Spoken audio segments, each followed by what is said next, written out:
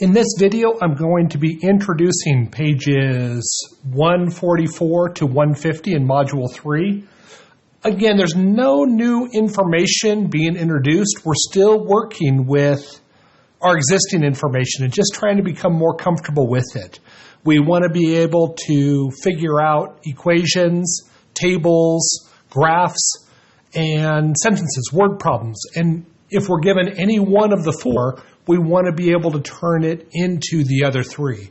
So if they give me a word problem, I want to be able to create an equation for it and then graph that equation and show that equation in terms of a table. Or again, if they gave me a table to be able to create an equation, a graph, and write my own word problem for it. On page 144, activity 2.2. Your job at Storage Pros is to create new boxes to ship the company's plastic containers. Storage Pros makes all different shapes, sizes of plastic containers. To ship the containers, the lids are removed, allowing the containers to be stacked. Storage Pros wants to design its shipping boxes so that they can hold 24, so 24 stacks of plastic containers without lids in stacks without lids and stacks of 24, regardless of the size or shape of the container. So we want boxes that can handle 24 containers. And again, as we're stacking containers, these are glass containers, but a certain container will stack so high. I mean, in this case, this one is a couple inches in height. As I stack new containers on, it doesn't add 2 inches to the height. It just adds, in this case, about half an inch as it nests or sits on. And so I can stack multiple containers, and I'm not adding 2 inches per container. Again, their stack height will be shorter because they nest on top of each other. The table shows the data gathered from measuring the heights of different size stacks of various plastic containers. So I've got round containers and I've got square containers. They're giving me a number of containers and then the height of those containers. So based on the number of containers, it will give me a height. Height is going to depend on the number of containers. So the number of containers is going to be my input. That's going to be my x value. And the stack height, this is the dependent, that's going to be my y value. So I'm just going to focus on the round containers, and I'm going to let you do the square containers. So I'm just going to work down this side. The first container is 9 centimeters. And then the second container, it goes up 0.8. So plus 0.8. And then to go from here to here, it looks like it's increasing by 0.8. To go from 3 to 4, 10.6 to 11.4, it goes up again. So this is going up consistently 0.8 centimeters.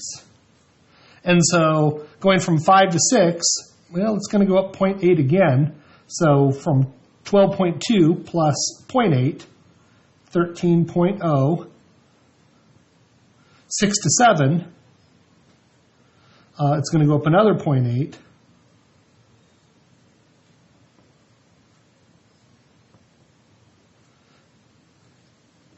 And then this one goes from 7 to 13. I'm going to figure that out maybe in a little bit after I have my equation. I'll come back and do it. I could do it by hand right now and figure out, 8, 9, 10, 11, 12, then 13 just by continuing to add 0.8 to each height. But I'm not going to do that at this time. So, what is the variable quantities in this problem situation? Well, I'm going to let x equal the number of containers.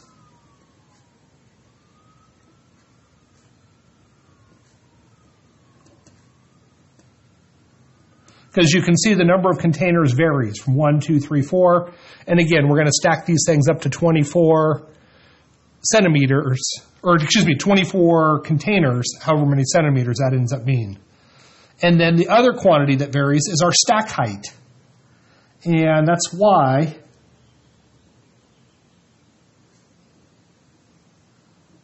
the height of the stacks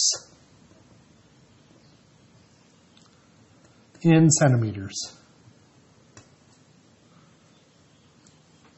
Which quantity depends on the other? Y is the dependent quantity, Y depends on X, or the stack height depends on the number of containers. The more containers you have, the higher the stack. So stack height, or the height of the stack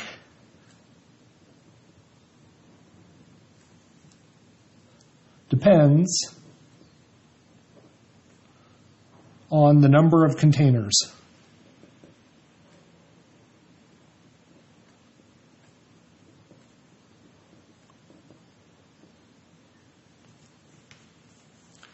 And again, we'll be coming back and filling in that 13. So let's take a look at the next page.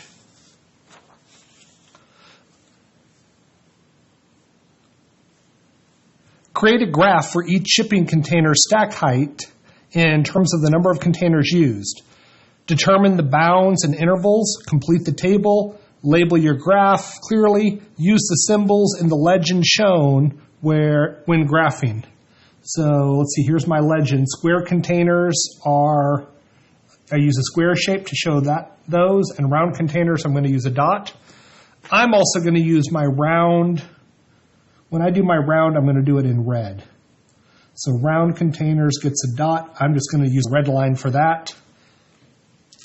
And so let's take a look at this. What did they give me? Well, I've got my X and my Y on my graph. And I know my stack height is one of my variables and number of containers is another one. Stack height depends on the number of containers. So the stack height is dependent. That's my Y then. That was supposed to have a C in it. Stack height, and that is in centimeters. And then number of containers.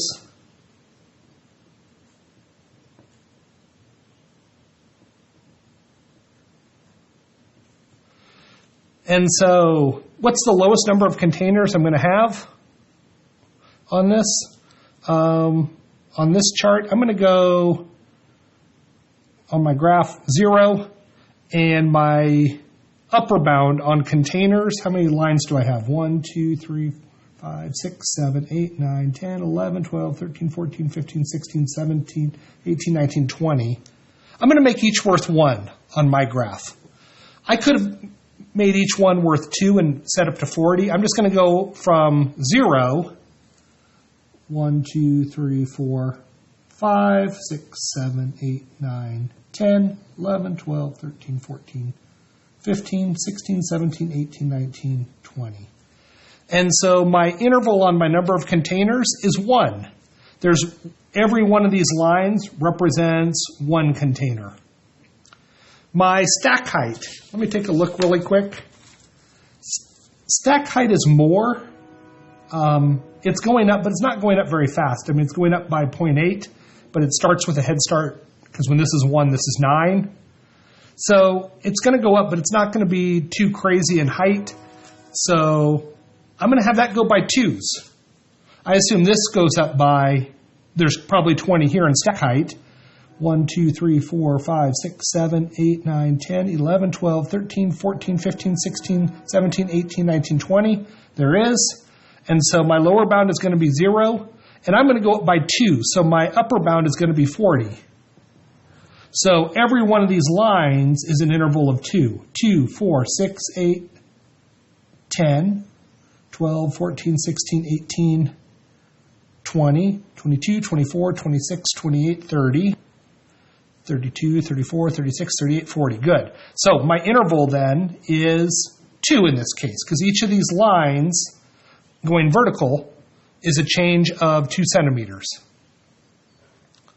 All right.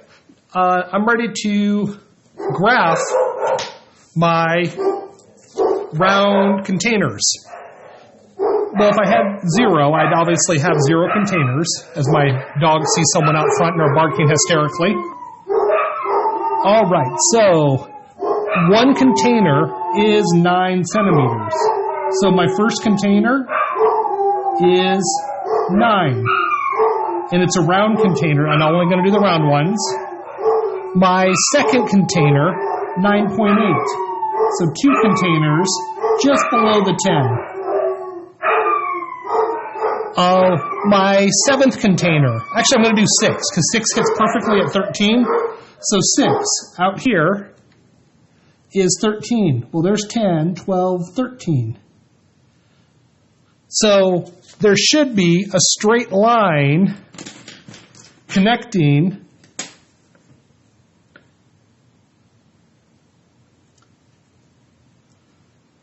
as it goes. So I'm just going to put round dots on each of these lines, and I should be able to continue it out further. I should just be able to continue it across this.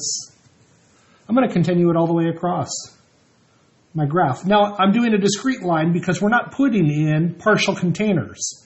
I'm not adding a half a container, a tenth of a container. I'm adding whole containers. So the height is increasing as I add a container. So I have my round dots for round, or my red dots for round containers, and going from 9 centimeters and then out to, looks like just under 22 for 20 containers. Looks like it's just under 22 or about 22 centimeters. And I'm going to let you do the square ones, so I'm not going to do those ones. What is the height of the first round container? My first round container had a height, and it was on this page, of 9.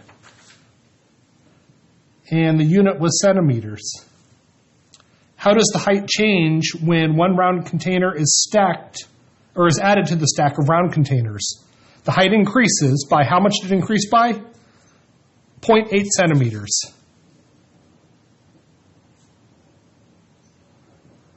The height increases by 0.8 centimeters per container added, per round container.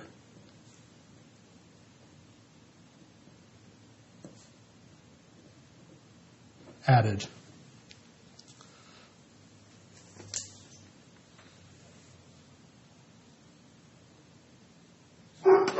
Let H represent the stack height. Write an equation to represent the stack height of round containers in terms of the number of round containers. C in the stack height. That is we have 2 equations that we're working with. And so one of them is slope intercept.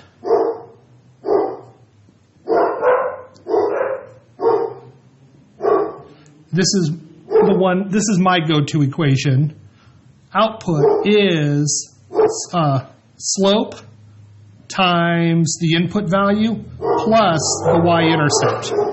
The one they're asking for right now is the plus 1. So when we have an irregular start to it, that is the output. The total is C plus D x minus 1 or h minus 1.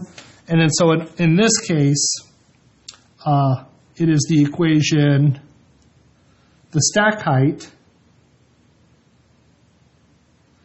represents the initial height. What was the initial height? 9. Plus, how much is it changing by? 0.8 is our rate. And then the number of containers, I'm going to let that be x minus 1.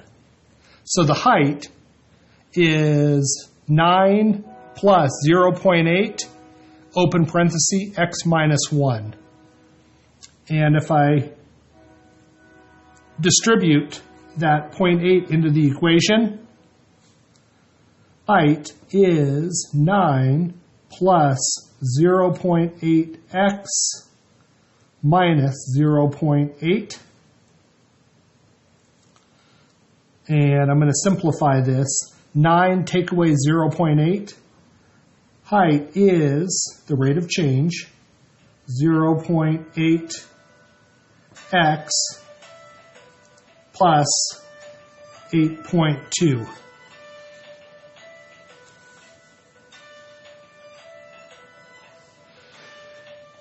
Use your table, graph, or equation to determine the stack height of 6, 7, and 13 round containers. Add these values to your table and your graph. So in my table, I'm going to put them on in my table. So I'm going to use this equation. H is 0.8x plus 8.2. So this is round containers.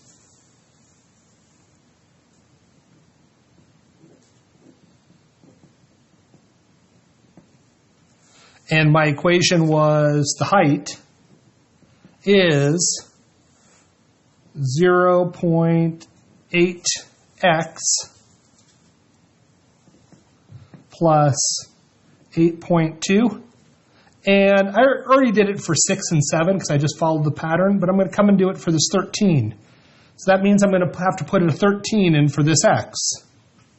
So height is 0.8 times 13 plus 8.2. I'm going to use a calculator. And 0.8 times 13 is 10.4, and then to that I'm going to add 8.2 plus 8.2, 18.6 centimeters.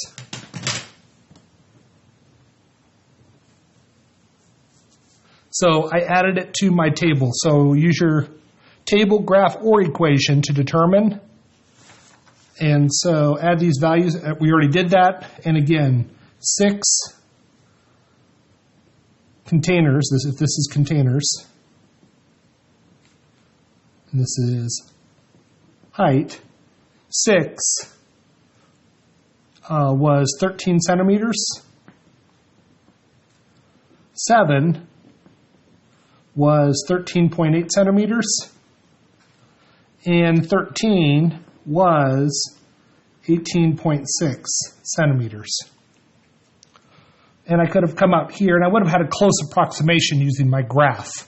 If I came out to 13, 10, 11, 12, 13, and this is just a little above 18, because on my table. On my graph, it looks a little lower, so where my dot is, it looks closer to the 18.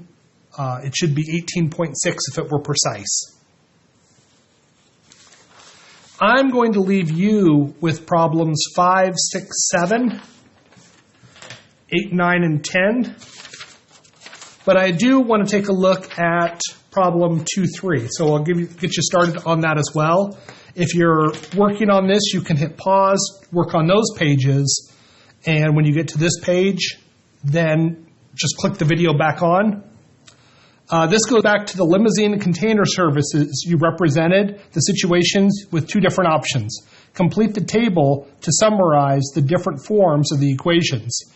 Use the variables x and y for the independent and dependent variables. So we're using x's and y's. Limousines by Lily. She had a $99 for the first hour, and then it went up $23.75 after that. If we look at, let's go back to Limousines by Lily.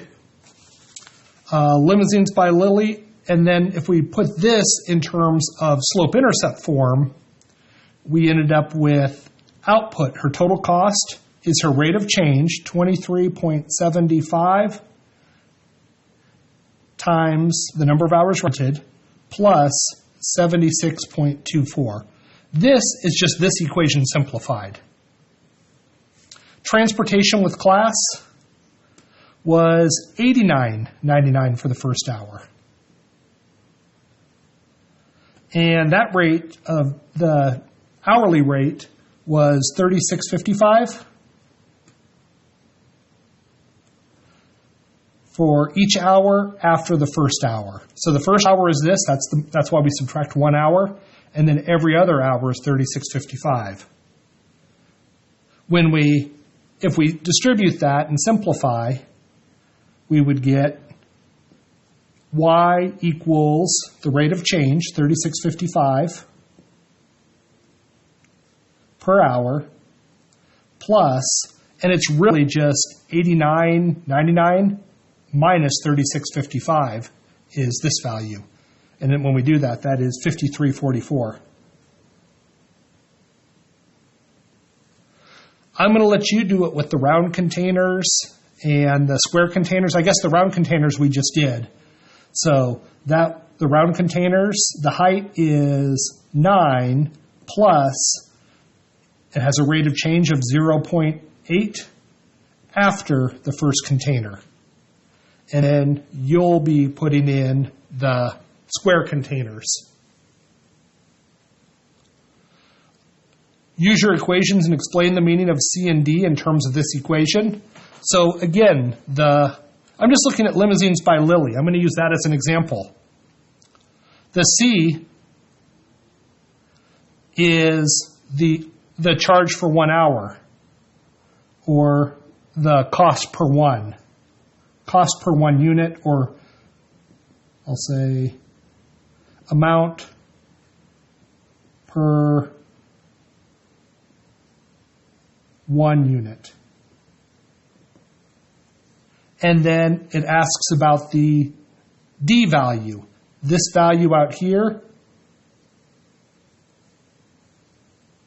that is the cost per additional units, or the amount per additional unit, because it might not be a cost, but amount per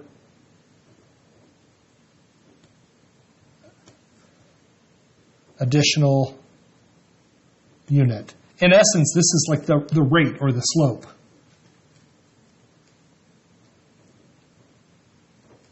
And this is the rate for 1.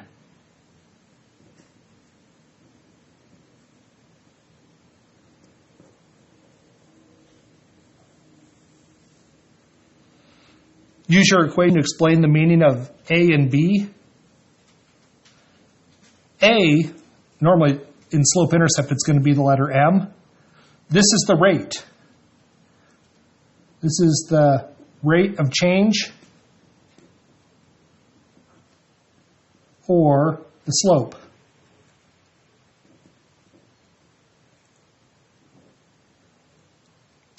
And B is the rate per 0 units, or amount per 0.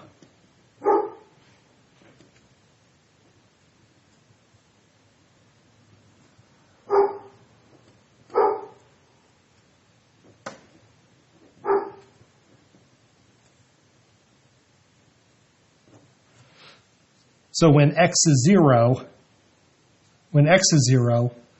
whatever amount you have here, that's the amount that y equals when x is 0. And I'm going to just do that for you, and then I'm going to let you try to work on the rest of that on your own. And so, again, good luck on those pages. Let me know if you have any questions. You can, again, email me or send me a text through Remind. Do the best you can, and I will be posting the answers to the problems and pages I didn't do in a couple of days. Good luck.